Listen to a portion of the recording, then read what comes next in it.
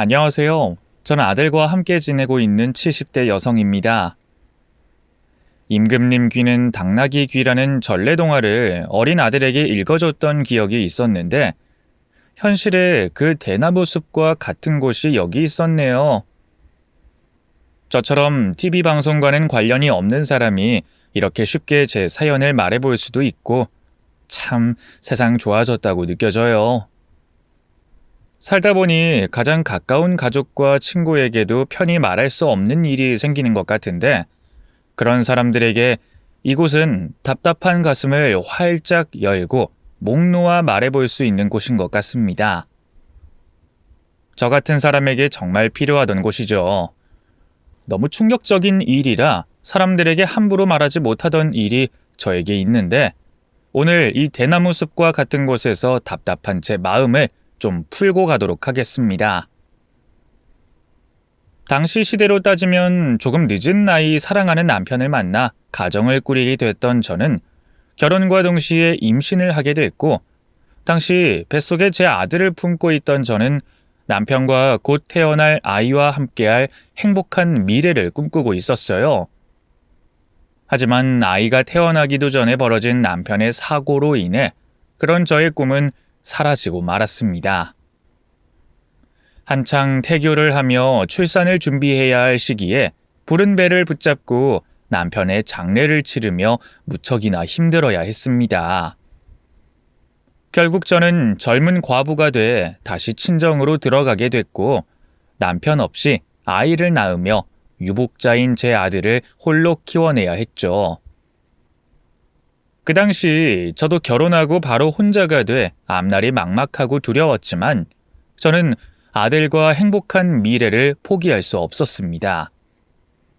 비록 남편은 곁에 없지만 저 혼자 남편 몫까지 해내어 제 아이와 행복하게 지낼 것이고 또 아들을 누구보다 잘 키워낼 것이라고 다짐을 했었죠. 그런 다짐을 한 저는 아들만 보고 살게 됐고 아이는 저의 이 세상 전부가 됐습니다. 하지만 저희 부모님께서는 남편을 잃고 홀로 자식 키우는 딸이 안타까우셨는지 아이를 자신들에게 맡기고 제가 새 사람을 만나 새 출발하길 바라셨어요. 영수가, 너 아직 젊어. 얼마 살지도 못하고 네 남편이 그렇게 허망하게 죽어버렸는데 앞으로 남은 평생 과부로 혼자 살래? 그러지 말고 괜찮은 사람 만나서 결혼해라. 응? 부모님은 여기저기서 선자리를 만들어 다른 남자들과 저를 이어주려 하셨지만 짧은 시간이었어도 남편을 많이 사랑했던 저는 다른 남자를 만나고 싶지 않았습니다. 그리고 제 자식 또한 남의 손에 키우고 싶지 않았고요. 부모님은 그런 제가 미련하다고 다그치셨고 제 아들을 지키려고 했던 저는 결국 부모님을 피해 친정집을 나올 수밖에 없었습니다. 그날 이후로 저는 아들과 단둘이 살아가게 됐죠. 아들을 위해 친정 부모님까지 뒤로 한 채 나왔지만 여자 혼자 어린 자식을 키운다는 건 결코 쉬운 일이 아니었습니다. 사람들은 저를 불쌍한 과부 취급하며 무시하기 일쑤였고 아버지 없는 제 자식은 잘못한 것도 없는데 괜한 손가락질을 받아야 했어요. 내 자식이 무시당하지 않길 바랬던 저는 더더욱 고생하며 아이를 키울 수밖에 없었습니다. 그런 이유로 저는 안 해본 일이 없었고 안 해본 고생이 없었어요. 아파도 쉬지 않고 돈을 버느라 매일 온몸에 파스 냄새를 풍겨가며 그렇게 아들을 키웠습니다. 하지만 그렇게 열심히 살아도 자식에게 제대로 해줄 수가 없더라고요. 그게 미안했던 저는 더 바라는 것 없이 그저 아들이 건강하고 기죽지 않으며 자라기를 바랬는데 제가 고생하는 걸 어린 시절부터 지켜봐왔던 아들은 너무 일찍 철이 들어버렸습니다. 일찍 철이 든 아들은 제 속 한번 썩이지 않고 뭐든 잘하는 저의 자랑이었지만 모자란 제가 아들의 능력을 제대로 펼칠 수 있게 뒷바라지 해주지 못하는 게 늘 마음에 걸렸어요. 하지만 제 아들은 한 번도 불평하는 법 없었고 부족한 어미 밑에서도 항상 고마워하던 착한 아들이었죠. 그렇게 제 바람을 훌쩍 뛰어넘은 아들은 해준 것 하나 없는 제 밑에서도 무럭무럭 잘 자라 어엿한 대학생이 됐습니다. 대학 보내줄 여력이 안 돼 미안해하던 제게 부담을 덜어주려던 아들은 좋은 대학에 들어간 걸로도 모자라서 과외와 아르바이트를 하며 자기 힘으로 대학 등록금을 벌어다녔어요. 심지어 자기가 번 돈을 안 쓰고 아껴서 엄마 쓰라며 가져다 주기까지 했던 착한 아들이었죠. 뭐 하나 변변하게 해주지도 못해서 제 앞가림이나 잘하고 살면 더 바랄 게 없다 싶었는데 그렇게까지 철이 든 아들 덕분에 저는 저의 고생이 헛되지 않았다 생각하며 삶의 보람을 느낄 수 있었습니다. 그런 아들은 불쌍한 엄마 고생 그만 시키고 싶다며 일찍이 취업까지 성공했고 힘든 회사 생활을 견뎌가면서도 제게 걱정 한번 시킨 적이 없었습니다. 그렇게 열심히 사는 걸 보면 분명 고되고 힘든 일이 있었을 텐데 제 엄마 앞에서는 어리광 한번 부리지 않고 듬직한 내 편이 돼주던 아들이었어요. 그런 아들을 둔 저는 내 처지가 조금만 나았더라면 우리 아들 고생 덜 시켰을 거라고 생각했고 할 수만 있다면 뭐든 도와주고 싶은 마음뿐이었습니다. 그래서 결혼시킬 때라도 아쉬운 소리 듣지 않으려고 열심히 돈을 모았어요. 내가 쓰는 돈, 나한테 드리는 돈은 아끼고 아껴서 아들을 위해 쓰고 싶었거든요. 남편 떠난 뒤로 아들을 무사히 키워내는 것이 목표였던 제 다음 목표는 아들의 결혼이었습니다.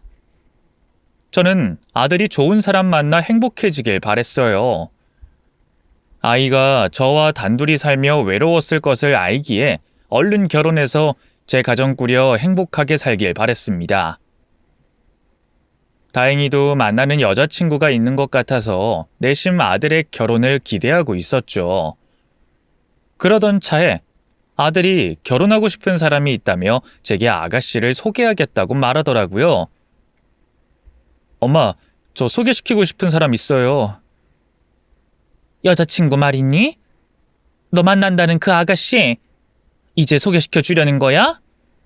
예, 제가 결혼하자고 했거든요. 저 그 사람이랑 결혼하고 싶어요, 엄마. 그래서 엄마한테 인사시키고 결혼 허락 받으려고요. 아들이 꺼낸 결혼 이야기에 저는 너무 반가워했습니다. 그렇게 기쁜 마음으로 아들의 여자친구를 만나게 된 저는 기대와 달리 실망을 해야 했습니다. 아들이 그저 좋은 사람 만나 행복하길 바랬던 저도 어쩔 수 없는 어미인지 잘난 저희 아들에 비해 그 아가씨의 흠이 먼저 보이더군요. 그래, 그 부모님께서는 뭘 하시는 분들이시니? 현준이 너도 그쪽 부모님 만나 뵌 거지? 당연히 상대 부모님이 있을 줄 알았더니 그 아이가 말을 선뜻 못하고 우물쭈물 하더라고요. 그래서 저희 아들이 대신 이야기를 하는데 그 아가씨가 부모 없이 고아원에서 자란 고아라는 겁니다. 그 말을 들은 저는 충격에 얼굴이 굳어질 수밖에 없었어요. 웬만하면 반대할 생각이 없던 저도 그 말을 들으니 할 말이 없더군요. 우리 아들 역시 아버지 없이 없는 가정에서 자랐다고 하지만 그렇다고 고아를 만날 줄은 몰랐으니까요. 거기다가 고졸에 변변한 직업도 없이 아르바이트를 해왔다는 그 아가씨 처지에 저도 모르게 실망을 하고 그 아이를 못마땅히 여겼습니다. 하지만 제 눈에 못나 보이긴 하는 그 아이가 저희 아들에게는 누구보다 소중한 존재였어요. 엄마, 이나가 어렵게 자랐지만 누구보다 밝고 착한 사람이에요. 저 이나 정말 많이 좋아해요, 엄마. 엄마도 알아가 보시면 분명 좋아하실 거예요. 그렇게나 좋은지 저희 아들이 그 애 얼굴에서 눈을 떼지 못하더라고요. 조용하고 점잖은 줄만 알았던 제 아들이 여자친구를 무척이나 아끼고 사랑하는 모습에 저는 차마 둘 사이를 반대할 수 없었습니다. 조건을 생각하면 여전히 마음에 들지 않았지만 애초에 아들이 제 기대보다 잘 자라줬으니 저도 더 이상 자식에게 바라고 욕심을 부려서는 안 된다 생각했어요. 그래서 저는 아쉬운 제 감정을 애써 숨기고 반대 한 번 없이 두 사람의 결혼을 허락했습니다. 그렇게 아이들 결혼까지 시켰지만 저는 여전히 며느리에게 마음이 열리지가 않았어요.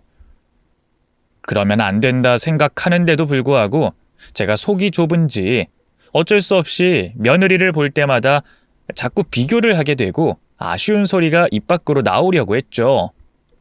좋은 모습을 보려고 노력하는데도 자꾸 못난 것만 곱씹게 됐어요. 그래서 저는 일부러 며느리와 거리를 두려고 노력했습니다.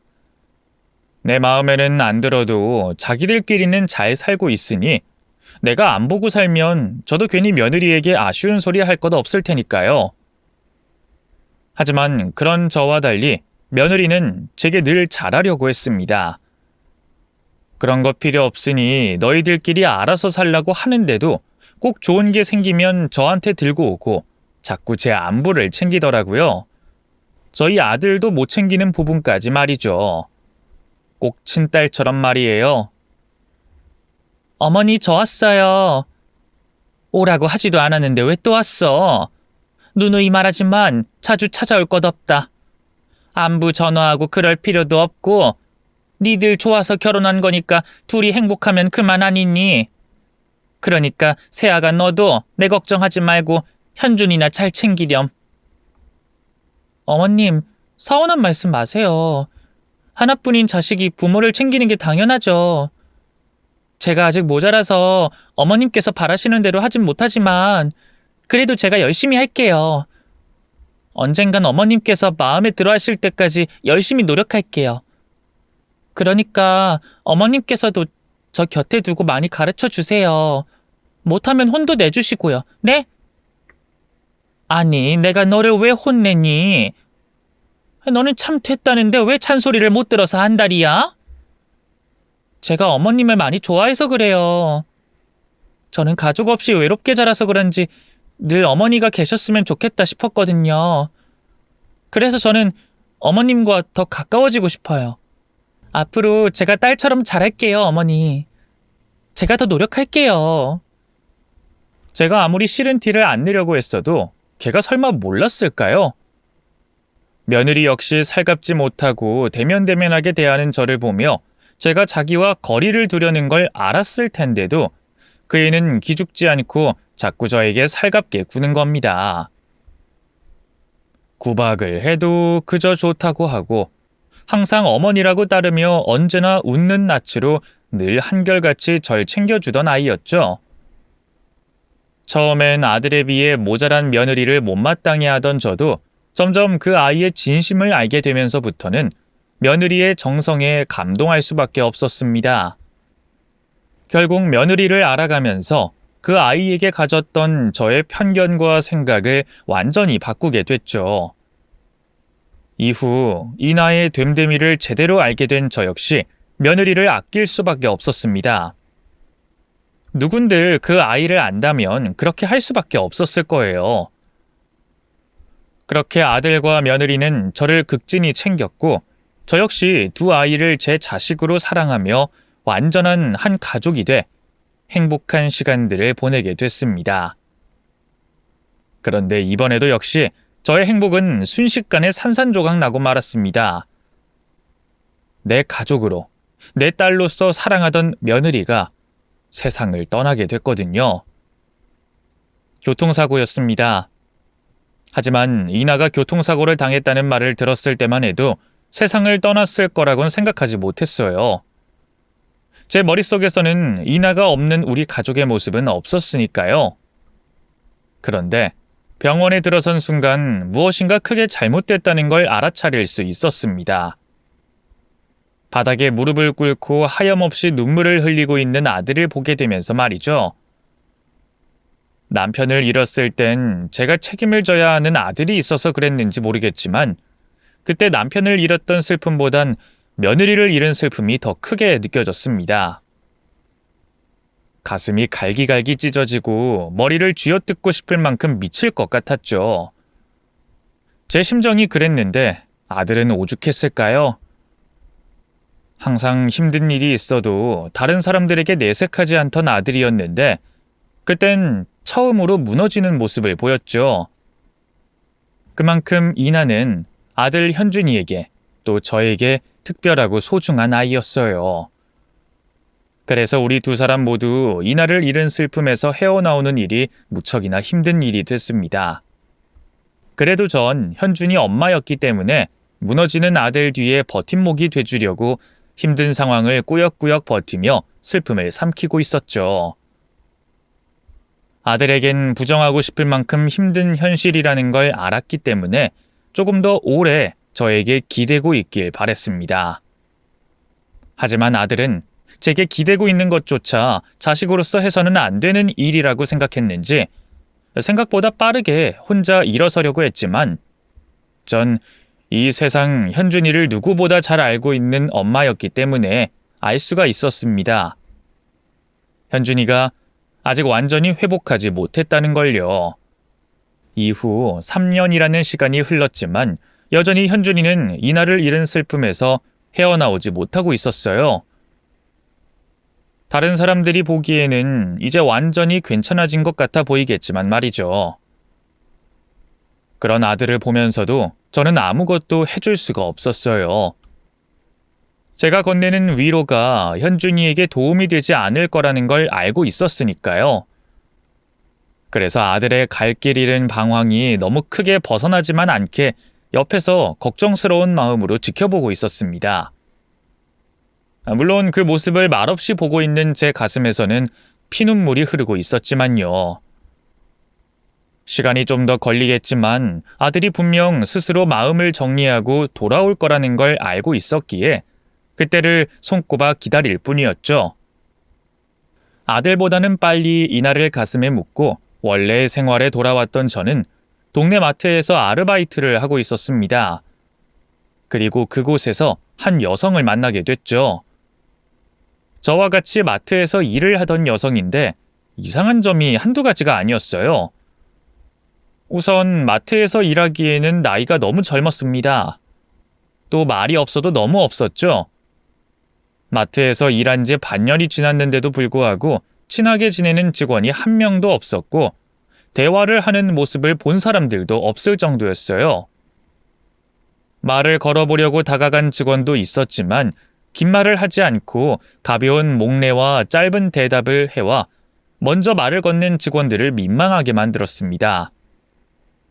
일부러 거리를 두는 듯한 모습에 그 직원은 항상 직원들 입방아에 올랐고 그러다 보니 저 역시도 미니 씨라는 그 여성에게 관심을 가질 수밖에 없었죠.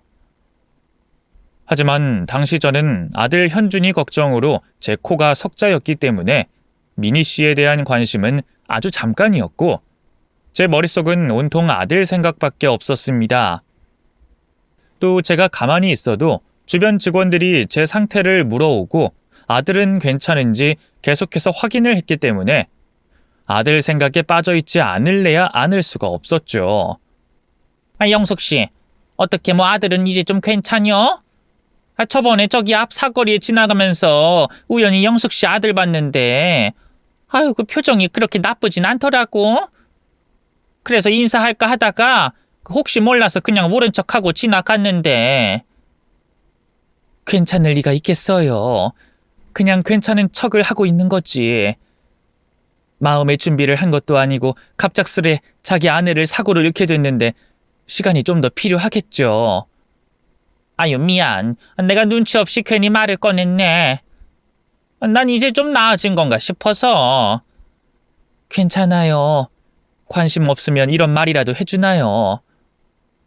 어떻게 살고 있나, 지금은 좀 괜찮아졌나, 관심도 없지. 전 아직 힘들어하는 아들과 이나가 떠오르게 만드는 직원들의 관심이 기분 나쁘진 않았습니다. 이나의 사고 이후 아들과 급격히 대화가 줄어들면서 그렇게라도 누군가와 대화를 하고 위로를 받는 게 마음에 큰 위안이 됐거든요. 그래서 마트 직원들이 보내주는 관심과 위로를 불편하게 생각하지 않고 있었죠. 그러다 어느 날부터인가 말이 없던 그 미니 씨라는 직원이 슬슬 말을 걸어오더라고요. 처음에는 업무 관련해서 질문을 해오길래 이제 마트 사람들과 어울리기로 마음을 먹었나 싶었죠. 그런데 다른 직원들에게 대하는 태도는 똑같았고 유독 저에게만 가까워지려는 모습이었어요. 그런 모습이 좀 당황스럽긴 했죠. 그래도 나쁜 사람은 아닌 것 같아 최대한 친절하게 대해주려고 했습니다. 그런 제 행동 덕분인지 잠깐이지만 휴식을 취할 때 커피를 마시며 대화를 나누는 정도의 사이가 됐죠. 이런저런 대화를 나누게 됐는데 제 예상처럼 미니 씨도 가슴 아픈 사정이 있다는 걸 알았어요. 최근 유일한 가족이었던 어머님을 잃고 이 세상에 혼자가 됐다고 하더라고요. 그 대화를 시작으로 미니 씨가 살아온 이야기를 듣게 됐죠. 참 힘들게 살아온 미니 씨의 이야기를 듣고 있으니 떠오르는 사람이 한 명 있었습니다. 바로 며느리였던 이나였죠. 미니 씨가 홀어머니와 평생을 살았다는 걸 제외하곤 이나와 걸어온 길이 아주 닮아 있더라고요. 그런 사정으로 인해 어쩔 수 없이 미니 씨가 신경 쓰이기 시작했습니다. 사람들과 가까워지지 않으려는 모습에 미니 씨 뒷말을 하는 직원들에게는 나름의 사정이 있다며 대신 해명을 해줬고 혼자 살며 밥은 잘 먹고 다닐까 걱정돼 반찬을 따로 챙겨주기도 했죠. 그렇게 가깝게 지내며 미니 씨를 옆에서 보다 보니 참 좋은 여자라는 생각이 들었습니다. 힘든 상황에서도 꿋꿋하게 지내고 희망을 잃지 않고 열심히 사는 모습이 너무 예뻐 보이더라고요. 그리고 얼굴도 빠지는 얼굴은 아니었고요. 자연스럽게 아들 현준이가 생각났습니다. 이나에게는 너무 미안했지만 그래도 내 아들이 좋은 여자를 만나 이나를 잃은 슬픔을 극복하고 정상적인 삶을 살길 바랬으니까요. 그래서 이나에게 미안하다고 하늘에 되뇌며 욕심을 내보기로 했죠. 미니 씨와 아들 현준이를 만나보게 만든 거예요. 무작정 두 사람과 같은 날 같은 시간 약속을 잡았던 저는 홀로 빠져나왔고 두 사람이 시간을 보낼 수 있는 자리를 만들었습니다. 그런데 다행히 제가 바라던 바와 같이 아들과 미니가 좋은 시간을 가진 것 같았어요. 그리고 제 생각보다 두 사람의 관계가 더 빠르게 진전이 됐습니다. 두 사람이 서로 잘 어울릴 거라고 생각한 제 예상이 맞았던 거죠. 미니를 만나며 빠르게 안정이 돼가는 아들의 모습을 보며 먼저 세상을 떠난 이나에게는 미안했지만 한편으로는 무거웠던 마음이 조금씩 풀어져 가고 있었습니다. 과거의 고통을 잊고 환하게 웃고 있는 아들의 얼굴을 보게 되니 더는 바랄 것이 없다고 생각을 한 적도 있었죠. 아들의 행복은 곧 저의 행복으로 이어졌기 때문에 저 역시 매일같이 밝은 얼굴로 하루를 시작했고 힘든 일이 있어도 힘든지 모르고 매일매일을 살아가고 있었어요. 그러다 아들이 저에게 힘들게 말을 꺼내더라고요. 미니와 결혼을 하고 싶은데 하늘나라에 있는 이나에게 몹쓸 짓 같다면서 고민이 된다고 말이죠. 현준이가 어떤 마음인지 저도 잘 알았어요. 처음 미니를 현준이에게 소개시켜 줄 때부터 이나에게 미안해 잘못했다는 말을 혼잣말로 했었으니까요. 하지만 산 사람은 살아야 한다고 아들이 행복하게 새 출발하길 바랬습니다. 그래서 잘못이 있어도 너희 둘을 만나게 한 나에게 있다고. 착한 이나 역시도 너의 행복을 가장 바라지 않겠냐고 말하며 아들이 가지고 있는 마음의 짐을 덜어줬죠. 제가 아들에게 한 말이 도움이 됐을진 모르겠지만 아들은 얼마 뒤 미니와 결혼을 하겠다고 저에게 정식으로 알려왔습니다. 저는 현준이와 미니의 결혼을 진심으로 축하하며 허락했고요. 그리고 이제 더 이상 아들 현준이에게 마음 아픈 일들이 벌어지지 않길 바랬죠. 저는 그것밖엔 바라는 게 없었습니다. 그렇게 아들과 미니가 결혼을 한 다음 저는 아들 내의 행복에 방해가 되지 않으려고 최대한 거리를 두려고 했어요. 그런데 과거 이나가 그랬던 것처럼 이번엔 미니가 저를 가만히 내버려 두질 않았습니다. 일부러 거리를 두는 저에게 절대 혼자 있는 시간을 많이 가지지 말라며 하루에도 몇 번이나 안부 전화를 줬고 불편하기만 할 시댁에도 제 집 드나들듯 찾아왔죠. 마치 이나가 살아 돌아온 것 같다는 생각을 많이 했어요. 그래서 더 정신줄을 꽉 잡고 미니를 대했죠. 혹시 제가 실수라도 해서 미니를 이나로 착각하면 그 착한 아이에게 상처를 주게 되는 일이 됐으니까요. 그러다 보니 자연스럽게 며느리인 미니에게 예의를 차리는 시어머니가 됐고 우리는 서로가 서로에게 예의를 차리는 좀처럼 보기 힘든 모습의 고부관계가 됐습니다. 물론 그런 상황이 아니었다고 해도 전 며느리에게 잘했을 테지만 미니는 제가 자신을 대하는 모습을 특별하게 생각했던 것 같아요. 시어머니에게 아주 큰 사랑을 받고 있다고 느꼈던 거죠. 그래서 저에게 더 잘하려고 극성이었습니다. 어머님, 이거 매일 하나씩 드세요. 어머, 이거 공진단 아니냐? 이거 한두 푼 하는 게 아닐 텐데. 부담스럽게 뭘 이런 걸 사오고 그래. 그리고 나보다는 너희 둘 몸을 더 생각해야지. 늙은 사람 몸에 좋은 거 넣는다고 무슨 효과가 있겠어? 젊은 너희가 효과를 받아도 더 있지.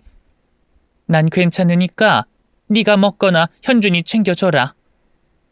현준 씨는 제가 알아서 다 챙기고 있어요. 저도 먹을 거 다 먹고 있고요. 이건 어머님 드리려고 산 거니까 어머님께서 드세요. 그리고 이제는 저희들보다 어머님을 먼저 생각하세요. 어머님께서 건강하게 오래오래 저희들 곁에 있어 주셔야 저희가 행복하죠. 그러니까 어머님, 건강 미루는 말씀 하시지 마시고 몸 어디가 안 좋거나 드시고 싶은 게 있으시면 그때그때 말씀해 주세요. 제가 무슨 일이 있어도 우리 어머님 꼭 챙길 테니까. 그 말만 들어도 내가 한 5년은 건강해진 것 같다. 고맙다, 미니야. 늦게 만난 시어머니의 건강이 걱정됐는지 며느리는 저에게 신경을 참 많이 써줬습니다. 가깝지도 않은 거리를 왔다 갔다 하며 음식을 직접 해다가 가져다 주고 건강식품도 끊이지 않게 챙겨줬죠. 그래서 그때는 덕분에 의사 며느리 부럽지 않은 개인 관리를 받고 있다고 생각했어요. 그런데 며느리의 정성 어린 손길에도 불구하고 어느 날부터인가 몸이 아프기 시작했습니다. 나이가 있으니 안 아픈 곳 찾기가 더 힘들었지만 그렇게 어느 부위를 특정 지을 수 있는 아픔이 아니었어요. 전체적으로 몸이 아프다고 할까요? 아침에 일어나 눈을 뜨는 것도 어렵고 가만히 있어도 식은땀이 날 만큼 몸이 쇠약해진 거죠. 나이 들어 건강 관련으로 아이들에게 발목을 잡고 싶지 않았던 저는 건강에 좋다는 정보를 모아보면서 제 건강을 되찾으려고 애를 썼습니다. 또 아들네에게는 숨기려고 했죠. 그런데 매일 저를 살피던 며느리의 눈은 속일 수가 없었어요. 며느리가 제 아픈 몸을 알게 된 거죠. 어머님, 혹시 몸 어디가 안 좋으세요? 얼굴도 창백하시고 몸에 힘도 하나 없어 보이시는데? 너한테 좋은 것만 얻어먹고 있는데 아픈 곳이 어딨겠니? 어제 꿈자리가 사나워서 잠을 잘 못 자서 그런가 보다. 난 괜찮아. 아닌 것 같은데. 저랑 병원 한번 가보시죠. 아니야, 정말 괜찮아서 그래. 어머님, 솔직하게 말씀해 주세요. 정말 너무 걱정돼서 그래요. 그게 너희들 걱정시키기 싫어서 그랬는데 내가 요즘 몸이 좀 좋지 않구나. 왜 그런지도 이유를 모르겠네. 어디가 어떻게 아프신 거예요? 그냥 기력이 없다고 해야 하나? 온몸에 힘이 안 들어가고 숨도 잘 안 쉬어지고. 근데 병원은 안 가도 될 것 같다. 아무래도 병원 가보셔야 할 것 같은데. 우선 제가 어머님이랑 같이 간 한의원 가서 증상 말하고 보약 좀 지어 올게요. 그래도 효과 없으면 그땐 저랑 같이 병원 가요. 그리고 제가 어머님께 좀 더 신경 쓸게요. 그날 그렇게 제 몸 상태를 알아차린 며느리는 이전보다 더 정성을 다해 저에게 신경 써줬습니다. 음식도 건강에 좋다는 걸로 챙겨주며 모든 화학 조미료가 아닌 자연식으로 요리를 해주려고 했고 몸에 좋다는 한약도 챙겨줬죠. 그렇게 정성스러운 며느리의 돌봄을 받아가며 저 스스로 운동도 하고 좋은 것도 먹으면서 건강을 되찾으려고 했지만 몸은 나날이 쇠약해져 갔습니다. 다니던 동네 병원에서도 딱히 그 원인을 몰라 큰 병원으로 갈 생각을 하고 있었죠. 그때 그 일이 벌어진 거예요. 며느리가 제 몸보신을 위해 갈비찜을 가져다 준 날의 말이죠. 어머님, 저 왔어요. 몸은 좀 어떠세요? 비슷비슷하지 뭐. 그래도 이 정도로 움직일 수 있는 건 전부 우리 며느리 덕분인 것 같다. 항상 고마워. 근데 오늘도 그냥 집에 있지 뭐하러 늙은 노인네 집을 찾아와 귀찮게. 귀찮기는 왜 귀찮아요. 저는 어머님이랑 같이 있어서 좋은데. 그런데 오늘은 아쉽게도 제가 일이 있어서 빨리 가봐야 해서요. 이것만 전해드리려고 온 거예요. 그게 뭐냐? 아이고, 그거 손냄비 아니냐? 그 무거운 걸 여기까지 가지고 온 거야? 안 무거워요. 이거 여기 주방에 올려놓을 테니까 어머님 드실 만큼 퍼다 담아서 드세요. 갈비찜이에요. 혹시 설탕이 몸에 안 좋을까봐 다른 걸로 담만 냈고요. 갈비 외에도 몸에 좋다는 야채 잔뜩 넣었으니까 드실 때마다 고루고루 드세요. 아니다. 제가 다음 식사 때 드실 만큼 퍼다 담아 놓을게요. 뭘 이렇게까지 해. 먹고 싶으면 내가 사 먹어도 되는데. 항상 고맙고 미안하다. 네가 늙은 노인네 신경 쓴다고 고생이 많구나. 고생은요. 며느리가 어머님 챙기는 건 당연한 거죠. 아유, 그래도 요즘에 너처럼 시어머니께 정성 들이는 애가 얼마나 있다고. 항상 고맙다, 미니야. 내가 얼른 건강해져서 우리 며느리 호강시켜 줄게. 이미 어머님 덕분에 충분히 호강하고 있어요. 전 그렇게 저한테 고마우시면 제가 해온 음식들 남기지 마시고 싹싹 다 드셔주세요. 정말 몸에 좋은 것들 많이 넣고 신경 써서 한 음식들이거든요. 어머님 빨리 건강 되찾으시라고. 그날 역시 며느리는 제 건강을 위해 잔뜩 신경 썼다며 직접 요리한 갈비찜을 가져다 줬습니다. 요리도 요리였지만 그 안에 들어있는 며느리의 마음이 느껴졌기 때문에 그 어떤 값진 선물보다 더 값어치 있게 느껴졌고 고마웠죠. 그래서 며느리가 자리를 떠나고 난 뒤 그 갈비찜을 한동안 쳐다보게 됐어요. 감동스러워서 말이죠.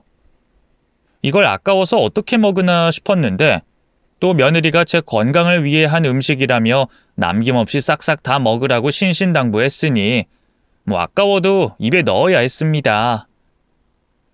그렇게 시간이 지나 점심시간이 됐을 때 저는 다른 반찬은 제쳐두고 며느리가 해다 준 갈비찜과 밥만 상에 올려놓은 채 식사를 하게 됐죠. 잘 졸여진 갈비를 한 입 물었는데 부들부들하니 입에 힘줄 것도 없이 부서지듯 입에서 녹더라고요. 그 맛에 밥상에 코박듯이 먹으려고 하던 중이었는데 현관문이 부서질 듯 두들겨지더니 누군가 집 안으로 뛰어들어왔습니다. 너무 갑작스러운 상황에 저는 밥을 먹다 놀라 먹고 있던 밥그릇을 건드려 떨어뜨리고 말았죠. 정신없는 상황에 이게 무슨 일인가 싶어 뛰어들어온 사람을 쳐다봤는데 제 아들 현준이었어요. 집안을 습격하듯이 들어온 사람이 내 아들이라 안심은 되는데 너무 놀라 순간 짜증을 내게 됐습니다. 아유, 놀래라. 현준아, 누구 차 보러 오니? 벨 누르고 와도 될 것을 사람 놀라게 뭐 하는 거야? 그리고 너 회사에 있을 시간 아니야? 무슨 일이길래 이렇게 막무가내로 엄마 집에 들어와? 너 무슨 일 있어? 엄마, 저거 그 사람이 해다 준 거예요? 엄마, 저거 지금 먹고 있었던 거예요? 그럼 미니가 해준 건데 당연히 먹고 있었지. 근데 저게 왜? 엄마, 입에 있는 거 당장 뱉어요. 삼키지 말고 당장 뱉으라고요. 다짜고짜 집 안으로 튀어들어와 저보고 입에 씹고 있던 음식을 뱉으라고 하니 제 입장에서는 아들이 왜 저러나 싶었어요. 그 상황이 문제라고 생각하기보단 아들에게 무슨 큰일이 생겼다고 판단됐죠. 왜 뱉어야 하는지 물어보고 싶었지만 우선은 흥분한 아들을 진정시키기 위해 순순히 아들 말을 따르는 게 좋겠다 싶었습니다. 그래서 입안에 씹고 있던 내용물들을 갈비뼈를 담기 위해 준비해놨던 그릇에 뱉게 됐죠. 자, 뱉었다. 봤지? 그런데 도대체 무슨 일이야? 무슨 일이길래 엄마한테 이런 일까지 시키니? 저 좀 봐봐요. 뭐 어지럽거나 구토 증상이 있거나 그러진 않아요?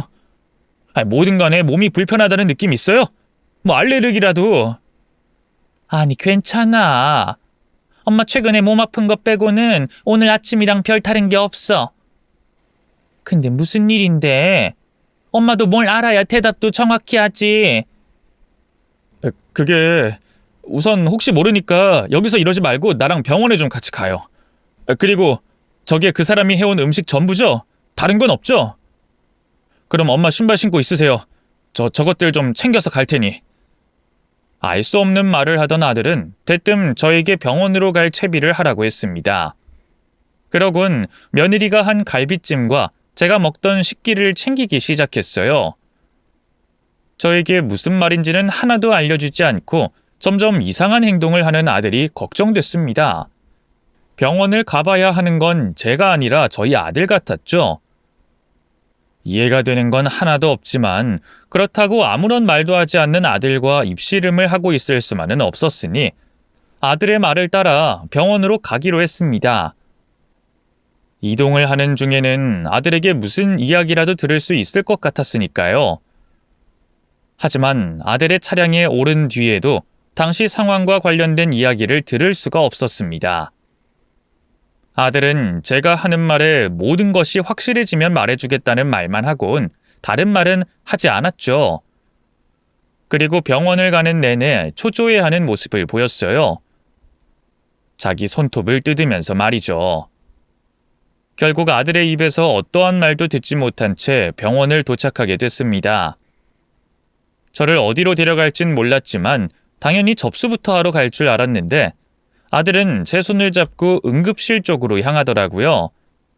그리곤 앞에 있는 간호사분에게 황당한 소리를 해왔습니다. 저희 어머니께서 독이 든 음식 재료를 드셨는데요. 시간이 얼마 안 지나서 그런지 증상은 아직 나타나지 않는데 확인받고 조치받고 싶어서요. 아들 입에서 독이라는 말이 나왔습니다. 평생 살면서 독 관련된 말은 저 먼 조선시대 때 이야기나 뉴스에서만 들어봤지 이렇게 눈앞에서 들어본 건 처음이었어요. 그래서 현실적으로 와닿지가 않더라고요. 아들이 왜 병원 응급실까지 와서 거짓말을 하나 싶을 정도로 말이죠. 그러다 간호사분과 의사 선생님께서 제게 이것저것 물으시는데 그때부터 이게 장난이 아니구나 싶더라고요. 괜히 몸이 이상한 것 같기도 하고 말이죠. 이후 의료진분들 말씀에 따라 검사도 받고 대답도 했던 것 같은데 그때 제가 너무 정신이 없었는지 기억이 잘 나지 않아요. 제 기억이 다시 시작되는 부분은 아들이 의사 선생님께 뭘 보여드렸고 그걸 본 의사 선생님께서 기함을 하는 부분부터입니다. 이 버섯이 포함된 걸 드셨다고요? 허허, 이거 들어보기만 했지 실제로 보는 건 처음인데.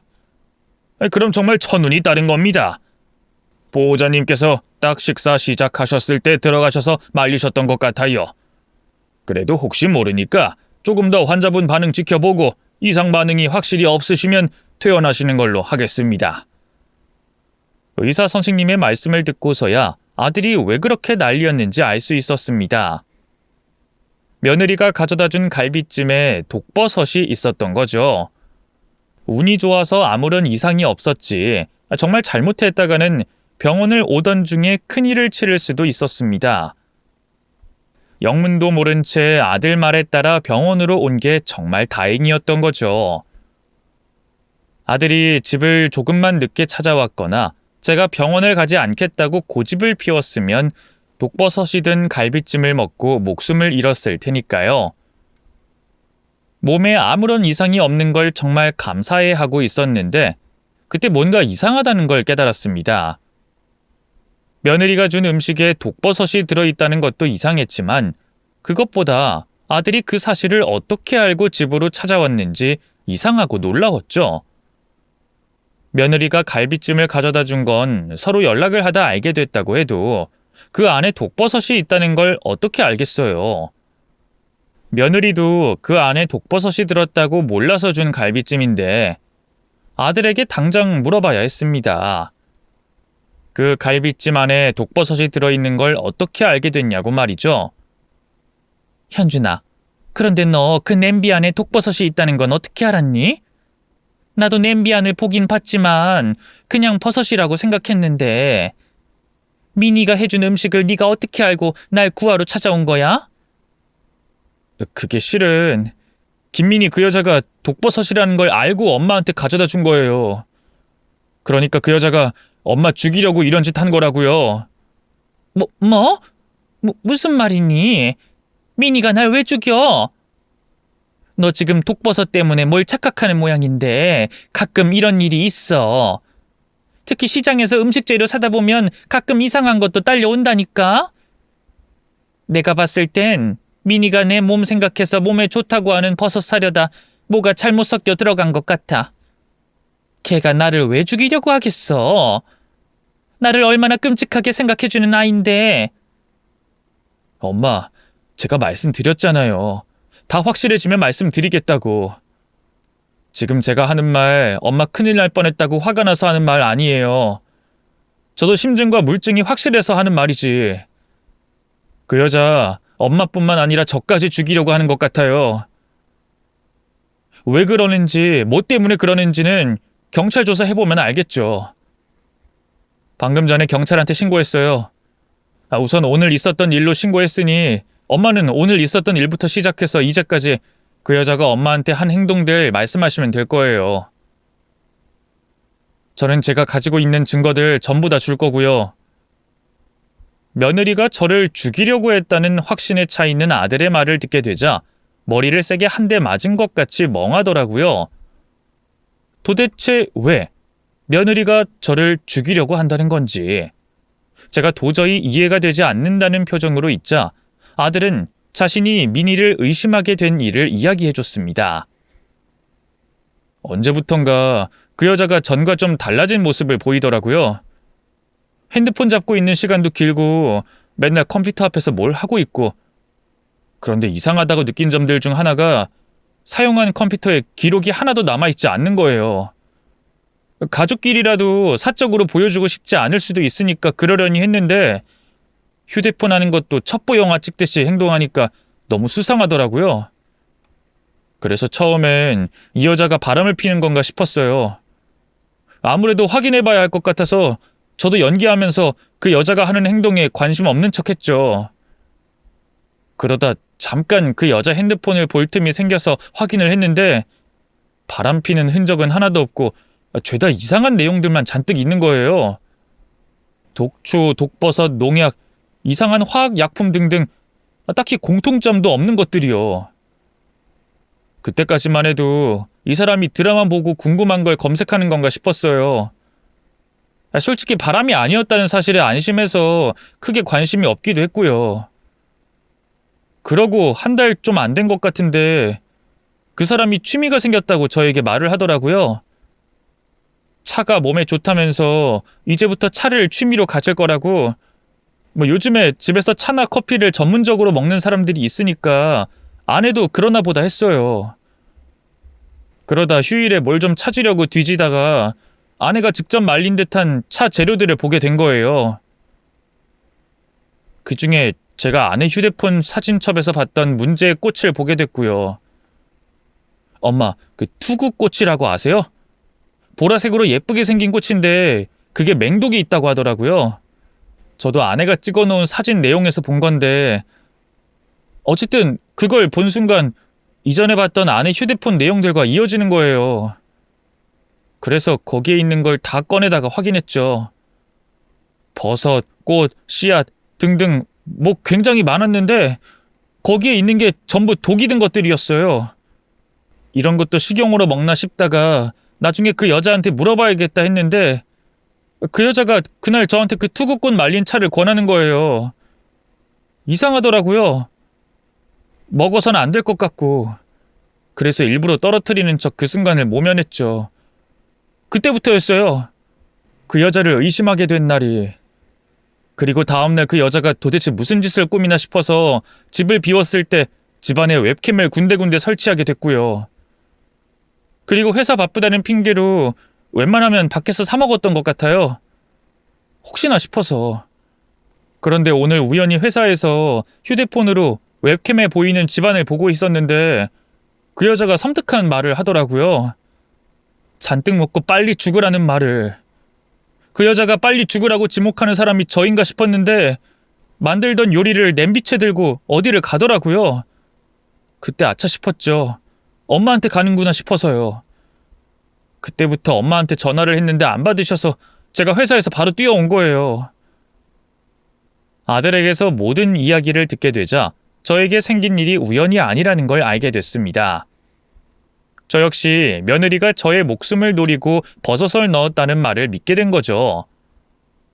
그리고 혹시 이유 없이 내 몸이 아픈 것도 며느리가 어떤 행동을 해서 이런 건 아닐까 의심을 하게 됐어요.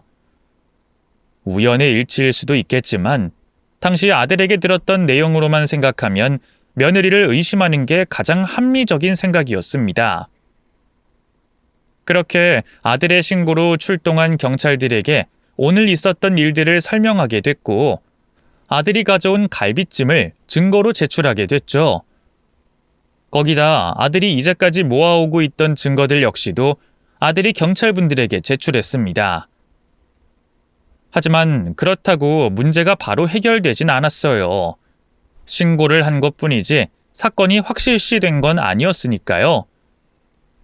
그러다 보니 며느리와 마주치게 될 상황이 두려웠습니다. 혹시라도 내가 자칫 잘못 실수를 해서 며느리가 신고한 당시 상황을 눈치채면 어쩌나 싶었죠. 그래도 저야 며느리가 눈치를 채지 못하게 형제들 집으로 몸을 피신해 있으면 됐지만 아들은 며느리 곁에 있어야 의심을 덜 받게 되는 상황이니 한 집에서 같이 생활할 수밖에 없었어요. 그래서 경찰에서 며느리를 용의자로 판단할 때까지 마음을 엄청나게 졸였습니다.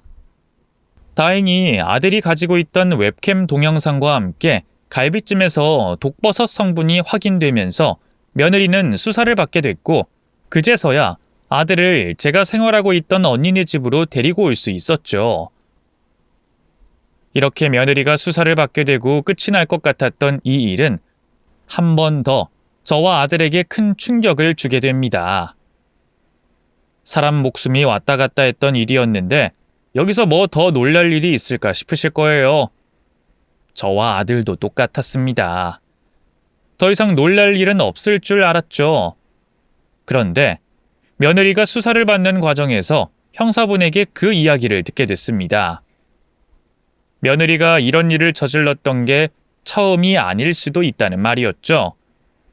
저희 아들과 결혼을 올리기 몇 년 전 시골에서 농사를 짓던 남자와 결혼을 했던 며느리는 저희에게 했던 행동과 똑같이 범죄를 저지른 것 같다고 합니다. 그때는 독초와 독버섯이 아니라 농약이었다고 하고 피해자들 역시 저희와 다르게 사망에 이르게 됐다고 하고요.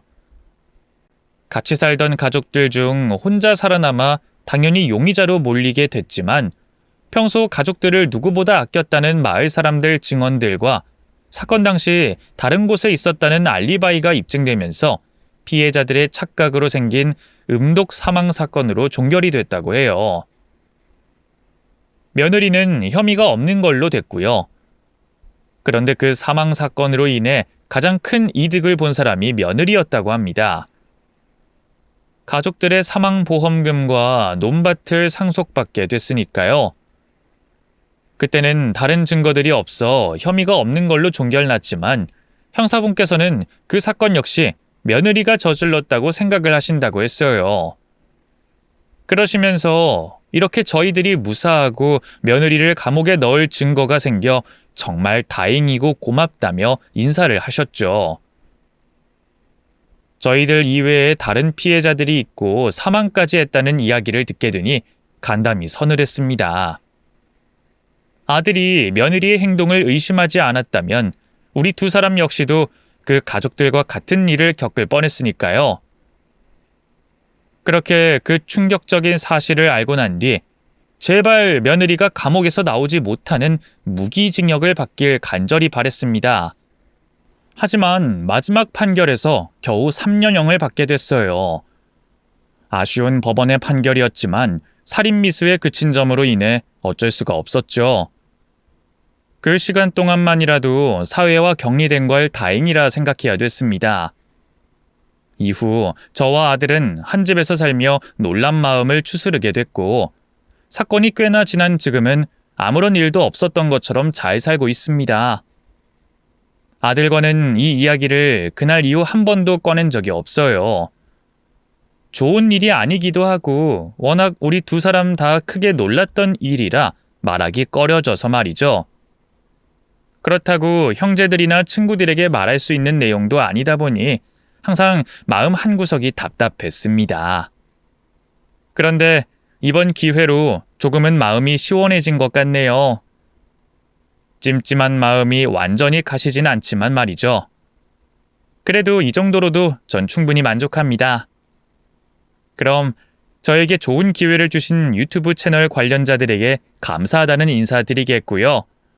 제 이야기를 들어주신 분들에게도 똑같이 감사드립니다. 저는 이제 이만 이야기를 마치고 다른 분들의 사연을 기다리고 있겠습니다. 안녕히 계세요.